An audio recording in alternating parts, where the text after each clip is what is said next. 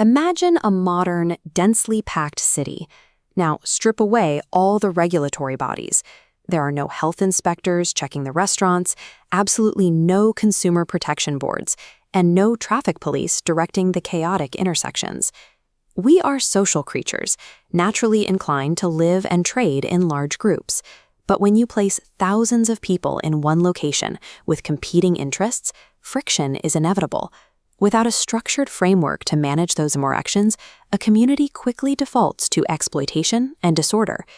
Take a look at these health inspectors examining a commercial kitchen. To prevent societal friction, we currently rely on heavily segmented bureaucratic departments. These inspectors represent just one highly specialized branch of modern municipal oversight, dedicated entirely to public sanitation. Look at this traffic officer.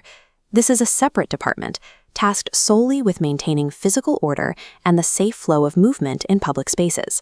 We divide labor to keep cities functioning, which raises an interesting historical question.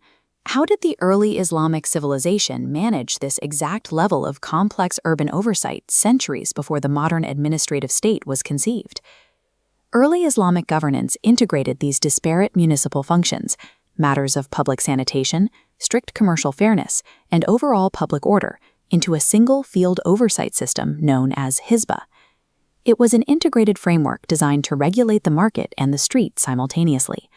Look closely at this traditional arched marketplace. To understand Hisbah, we have to examine the economic boom of the early Islamic state. As the markets of Medina rapidly expanded, the volume of trade surged, and the potential for commercial disputes multiplied right alongside it. Caliph Umar ibn Al-Khattab recognized that abstract rules were not enough. He planted specialized field inspectors directly into the market ecosystem, appointing officials like Abdullah bin Utbah to physically monitor daily trade. Omar himself maintained a highly hands-on methodology. He used scales like this to calibrate the markets, but his inspections went further. He scrutinized the purity of food products and ensured that weights were never tampered with to deceive customers. His oversight extended well beyond human commerce. Look at this donkey harnessed in the alleyway. Omar actively policed the streets to enforce animal welfare, stopping owners from overloading or exhausting their beasts of burden. Hisbah was an applied, street-level municipal institution, born out of urgent urban necessity. It translated the ethical concept of commanding good and forbidding wrong into a daily city service. But this setup introduces an immediate governance dilemma. When you grant individuals the authority to intervene directly in public life, how do you guarantee they won't abuse that power? The engineers of this system solved that problem with 6 mandatory conditions for the Muhtasib, or the inspector. These were strict operating protocols, built-in constraints designed to restrict overreach. First, the inspector required deep technical knowledge and jurisprudence.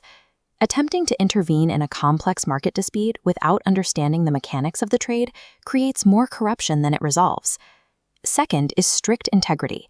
There had to be absolute alignment between the public commands the inspector issued and their own private actions. Without that symmetry, the institution loses all credibility. Nodes 3, 4, and 5, sincerity, gentleness, and patience, operate as mandatory emotional intelligence requirements.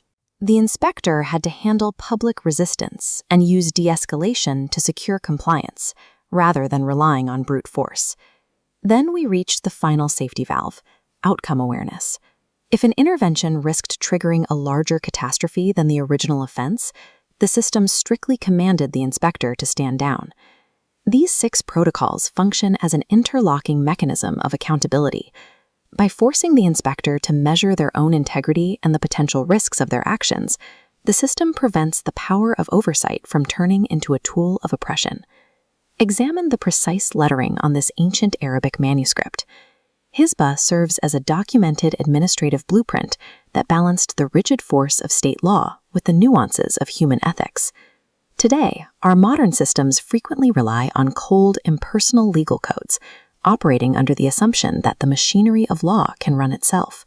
We often forget the necessity of the human enforcer's moral compass. Look closely at this collection of brass weights. A truly robust society requires exact, standardized rules. Much like these precise weights, applied with absolute fairness across all classes of citizens. By addressing these specific administrative challenges centuries before the establishment of modern municipal agencies, the architects of this system left behind a highly practical blueprint for governance. The strength of a civilization rests on the proactive initiative of its people to do good, transforming static legal codes into a living, daily effort to balance the scales of society.